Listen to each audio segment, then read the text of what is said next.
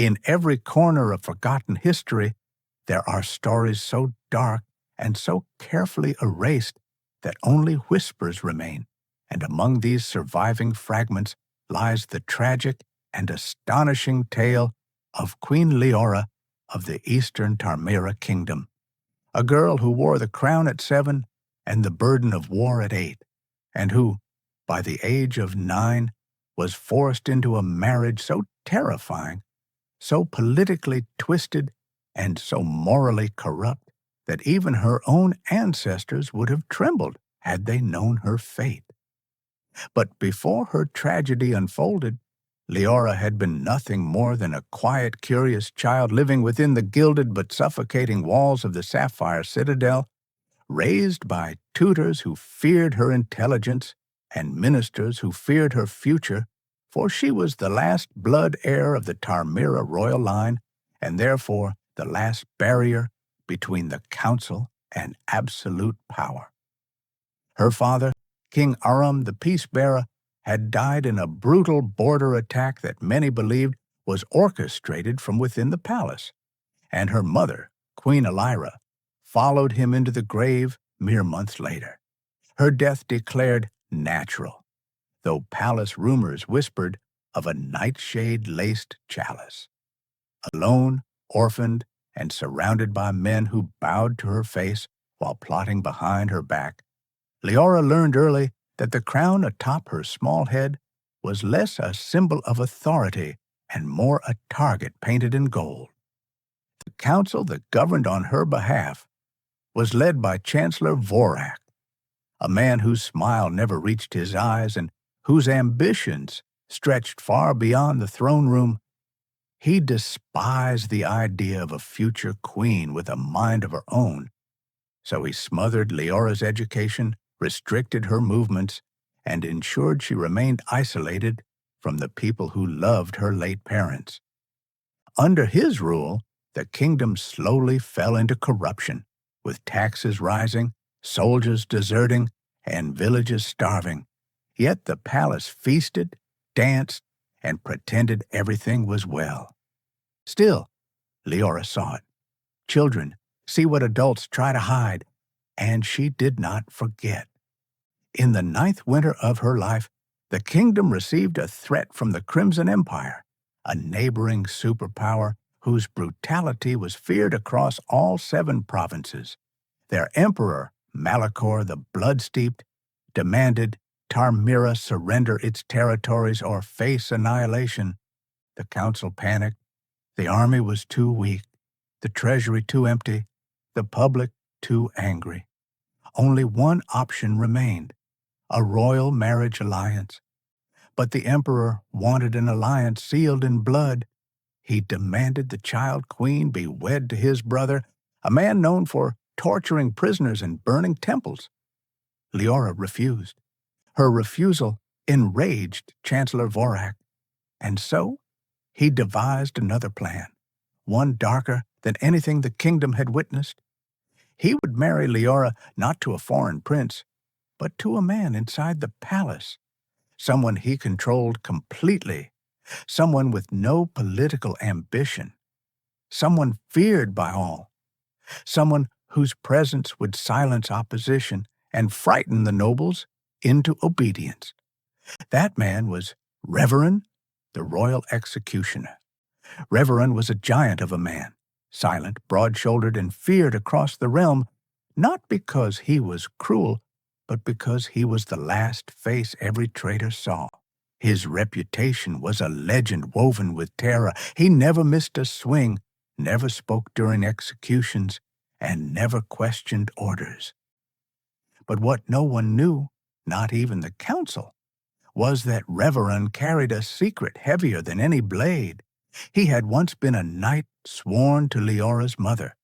A tragedy had forced him into service as executioner, but he had never stopped protecting the royal line from the shadows. When Vorak approached him with the marriage decree, Reveron felt a coldness deeper than death creep into his bones, not because he feared the union, but because he realized the council intended to control the queen entirely, using him as a chain.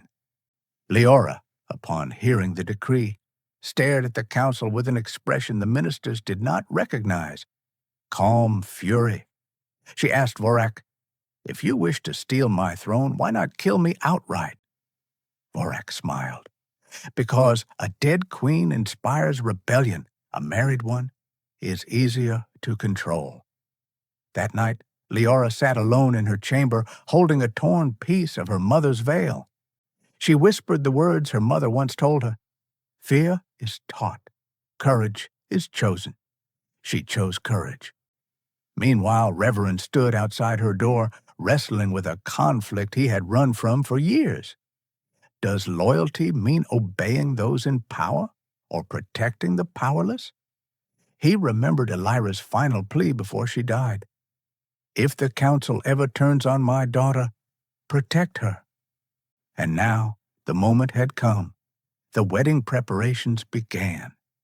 Priests rehearsed vows that would permanently bind the child queen to a man twice her height, twice her age, and feared by the entire kingdom. Ministers invited nobles to witness the eerie spectacle. Goldsmiths forged a ceremonial collar meant to symbolize unity, though everyone knew it symbolized imprisonment. The people heard rumors of the marriage and riots erupted in the villages. "The executioner will rule us," they cried. "The child queen will be sacrificed."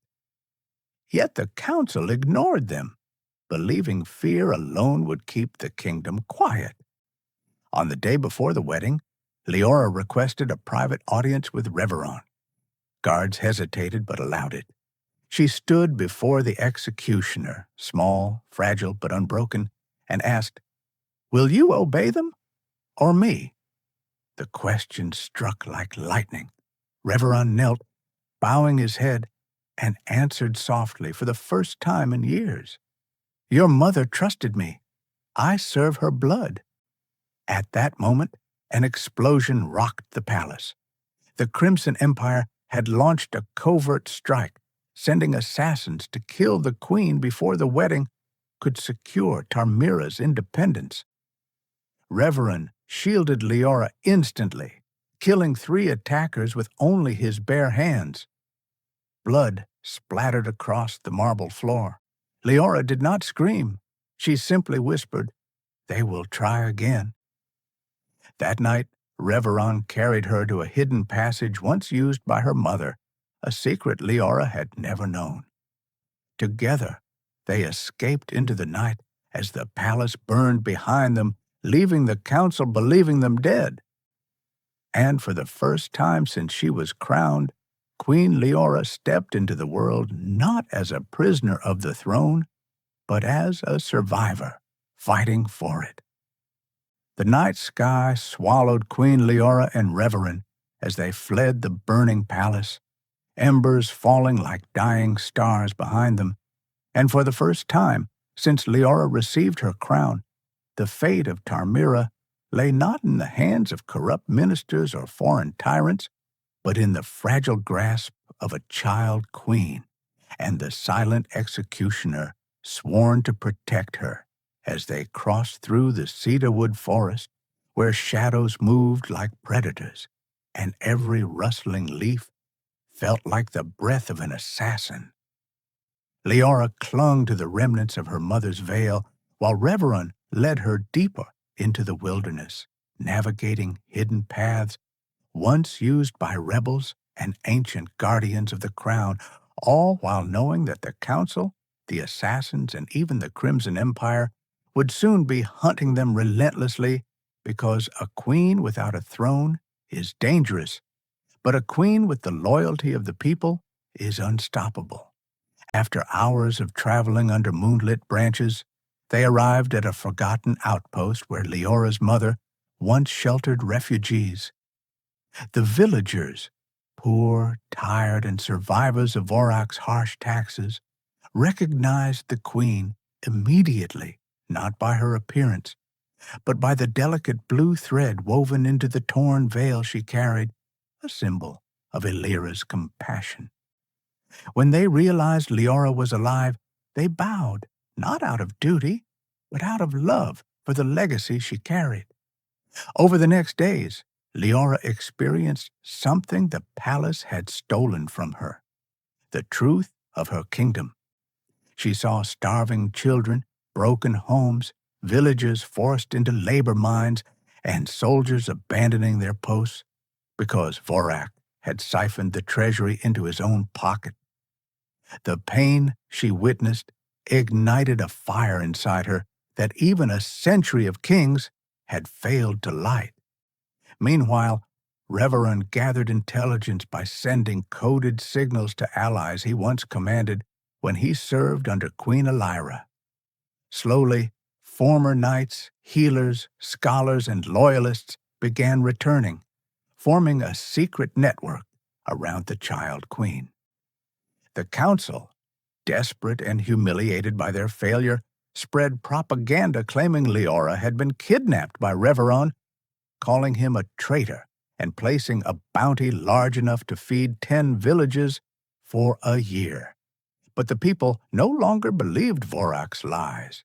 Whispers turned into gatherings, gatherings into movements, movements into rebellion. Soon, across the kingdom, walls were painted with a symbol not seen since Illyria's reign: the Eye of Tarmira, representing a queen who sees her people. Leora knew she needed more than rebellion. She needed legitimacy.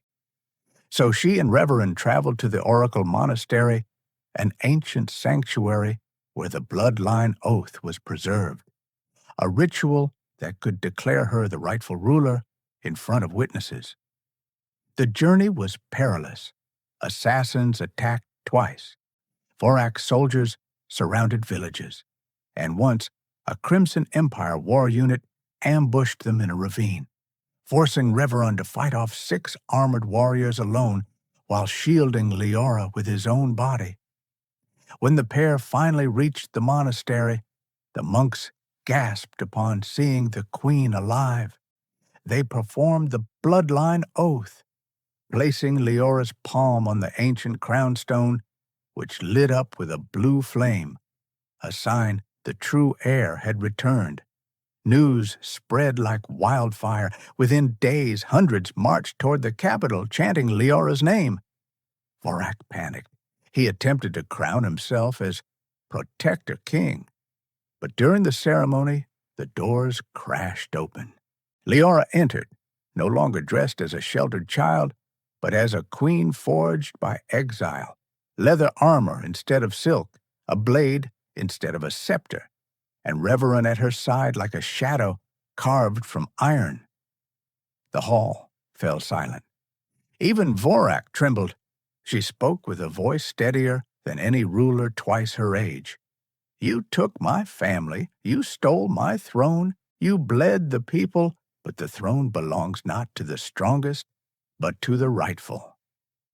As she approached the throne, soldiers loyal to Elira knelt, followed by villagers who had infiltrated the palace. In seconds, Vorak stood alone. The chancellor screamed accusations, calling Reveron a monster, a murderer, a brainwasher.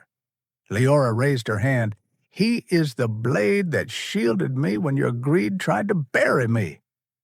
And for the first time in public, Reveron spoke a single sentence: "I served the throne you betrayed." The court erupted. Vorak attempted to flee, but Reveron seized him and placed him before the queen. The nobles braced for blood, but Leora said, "Let history judge him, not vengeance." He was imprisoned for life. The Crimson Empire, seeing the uprising fail, launched a final attack on the capital, hoping to crush Leora before her rule solidified. But Reveron organized the defense, uniting villagers, rebels, and soldiers into an unbeatable force. In a battle that lasted until dawn, the Tarmira forces pushed back the invaders, with Reveron saving Leora 3 times in the chaos. At sunrise, the Crimson Army retreated, defeated by a kingdom they once believed weak. With victory secured, Leora was crowned in a ceremony witnessed not by arrogant ministers, but by villagers, soldiers, and families she had vowed to protect. As queen, she abolished the marriage decree declaring a ruler must choose her path, not be chained to it. Reverend was offered a noble title, lands, and command of the royal guard. He accepted only one, guardian of the crown. And so the child queen who was once pushed toward a horrifying marriage became a ruler who redefined her kingdom. She restored justice, rebuilt villages, revived trade, and created a council of equal voices rather than power-hungry tyrants. And though she never married her executioner, their bond became legend, a symbol of loyalty, stronger than blood, and a testament that even in the darkest chapters of history, courage can rewrite destiny. And thus, the tale of the child queen forced toward a marriage of fear became the epic story of a sovereign who saved her kingdom by refusing to bow to the monsters who hid behind power.